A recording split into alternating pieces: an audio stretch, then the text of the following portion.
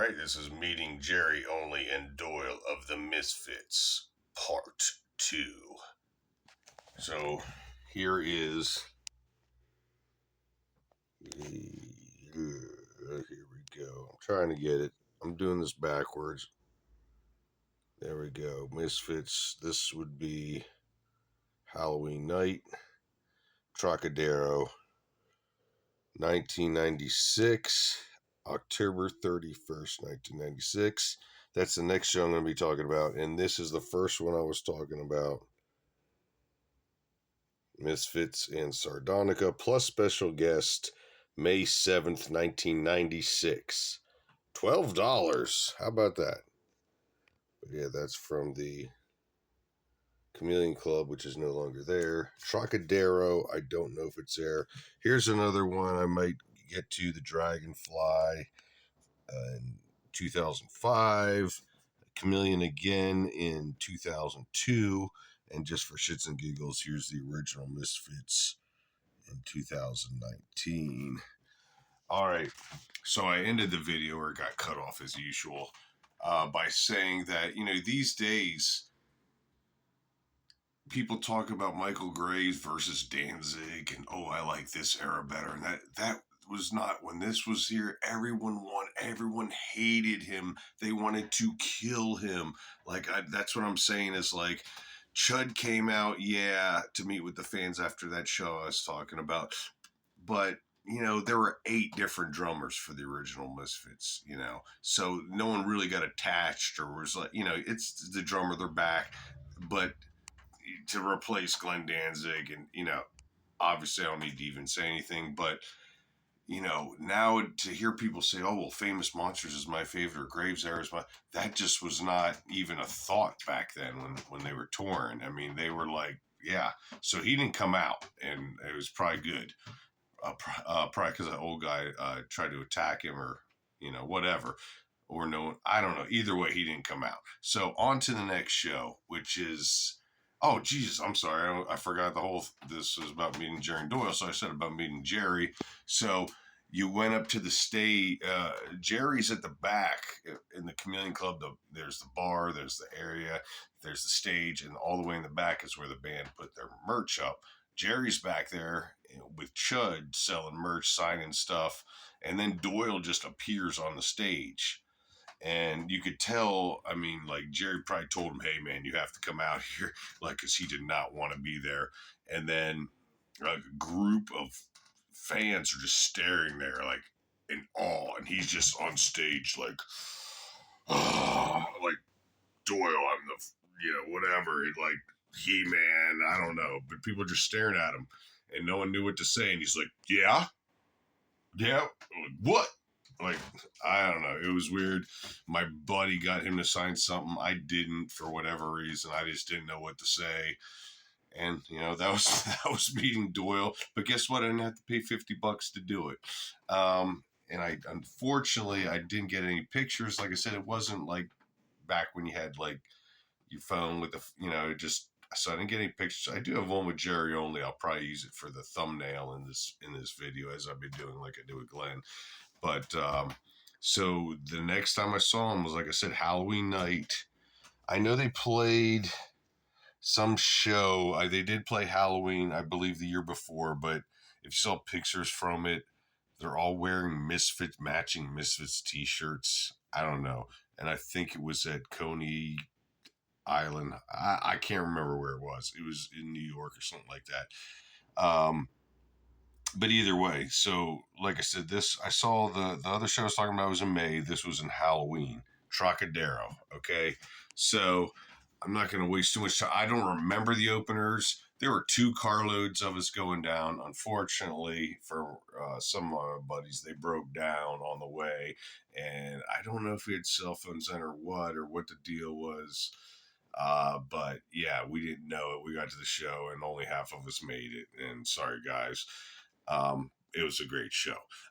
So if there was any opener beside some local opener, I don't remember, but we got there and Sardonica was open again, and we were like, oh great, this shit again.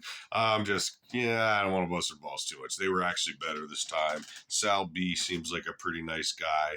He reminded me of Captain Sid Haig in Spider Baby, if you ever saw that. That's what he looked like back then.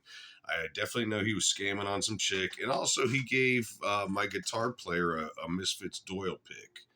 And later on he was running around with a blue clown wig on. I remember that.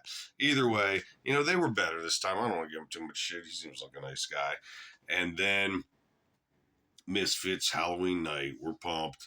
So the Trocadero, this thing just drops down looks like a cloth, but it was something to show movies on or something like that. And all of a sudden, Halloween 2 starts playing, and they're showing all these clips from starting out with like the Universal days, going into Godzilla and prime time, and then boom, then it's the Misfits, like it's a video of them walking on train tracks in black and white towards the screen, and then boom, the actual Misfits come out, and they started out with Halloween, of course, and that's what they did back in the day.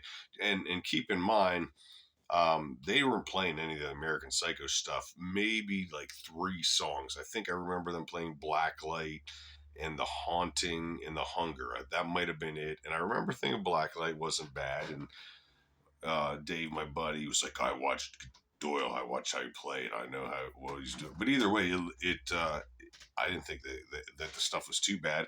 But anyway, like I said, it started out with Halloween. I am impressed he got the crowd going for Violent World. He's like, Starta, and it did. It got pretty crazy. And here's the other thing is they were all in Star Trek uniforms. Jerry and I think everybody in the band had red, but Michael had blue, light aqua blue. And from what research I did, I believe that was Doyle's one that he wore on Halloween night back in the day. So they're playing, and all right, so now backtrack to my story, the first one, from the first show when the old guy tried to get on stage and Michael Graves shit his pants. So, and I'm telling you, this happened. And if anybody was there, happened to be there, I'm sure somebody out there was there that can vouch for this. So he shit his pants when some old guy got on stage.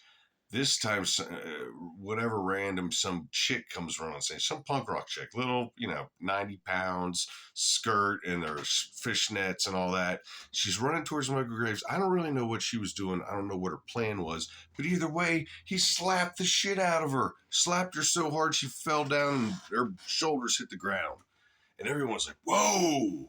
And I'm like, what the fuck, dude? Like, what the fuck? She might have been like, for one, how bad's a girl gonna hurt you, especially of that size? And maybe she wanted to hug you. I don't. Either way, he backs down from this old dude, but then he slaps a girl. So that's why I lost all respect for him way before this Proud Boy bullshit. Oh, and here's the other thing that's crazy about the show. As soon as they start playing, and I said this happened in the last video. This is how fucked up Pennsylvania can be. This is South Street in Philadelphia. Some dude gets on stage. I remember he had what do they fucking all wear? Like braces or whatever. And he starts sig heiling, whatever. And this is ironic now. What's going on with Michael Graves now with what he's doing or what he thinks he's doing? I don't know, but this dude sig heiling, Michael Graves pushes him off stage, and everybody starts clapping. Okay, and it was a nice push, whatever. So they're playing, and then boom, guess what? This dude gets on stage again, doing the same shit. And this time, it's like, well, you got your warning with Michael Graves, and guess who had to take care of biz, as always? Doyle. And he like elbowed him or punched him. I don't know what he did, but this dude went flying.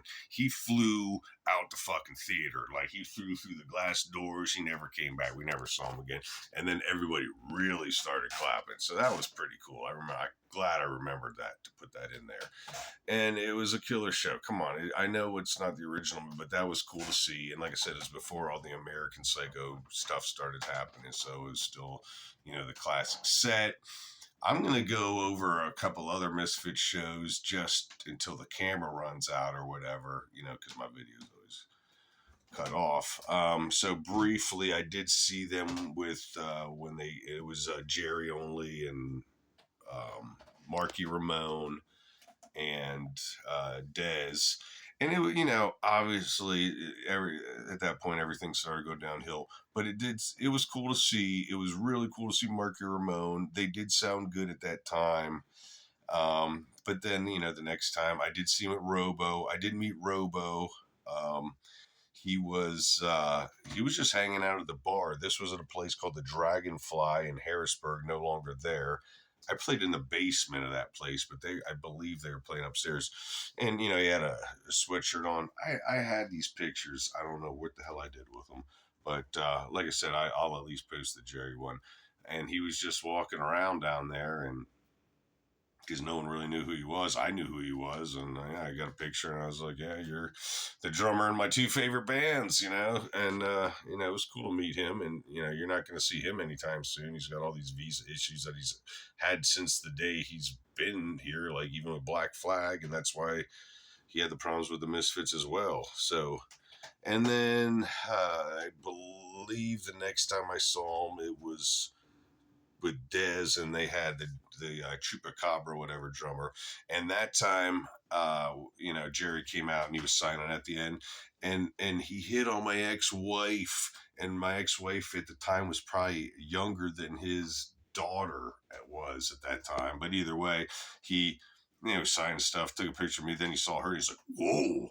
And he took his thing like that off his eye and then put it on her forehead. And I'm like, dude, it's Jerry only, but come on, man, like whatever. And so that's that story. And then I saw them, I believe, one more time when they were doing. Dez was still in the band, but Jerry Other was in the band, and this is before he was wearing makeup and all that. And Jerry Only was like, "Oh, it's going to be a wall of noise, two guitar players." I didn't notice a difference, and I'm probably forgetting some stories in there. I will. Let me just, since it hasn't ran out yet, let me just talk about the original Misfits show I saw. Like I said, I was lucky. I got tickets at the very end because it didn't completely sell out. I was Mystic Gnostic front totally, but all I wanted to see was the Misfits, and I could not. And I'm sorry, but I could not wait for the Dropkick Murphys to be over. I just want to see the Misfits. They came out. They did great. Jerry came out and did a slide, like some kind of Bruce Springsteen slide. I don't even know what they call it, but it was funny as shit, and he's all into it. And, it's like, oh, look, he gets to be on the big stage finally. And then he broke 8 guitars. And, everything seemed cool. Glenn seemed like he was in a good mood, and like everybody was just having fun, and it sounded great. And Dave Lombardo, give me a freaking break, makes some of them songs, especially the Earth AD stuff, sound so good with some double bass on like Death Comes Ripping. You got AC Slade in the Dark. It'd have been cool if they got Bobby Steele, but whatever. And then Doyle, and normal, sometimes having guitar problems. And I just like on how, I believe it was Hybrid Moments, that little solo, and they're like Doyle, and it's just funny. But anyway, all right. Well, thanks for watching. Please subscribe. Tell any funny Jerry Doyle, Dan, whatever Misfit stories you got. Post them below. And next one will probably be meeting Rollins.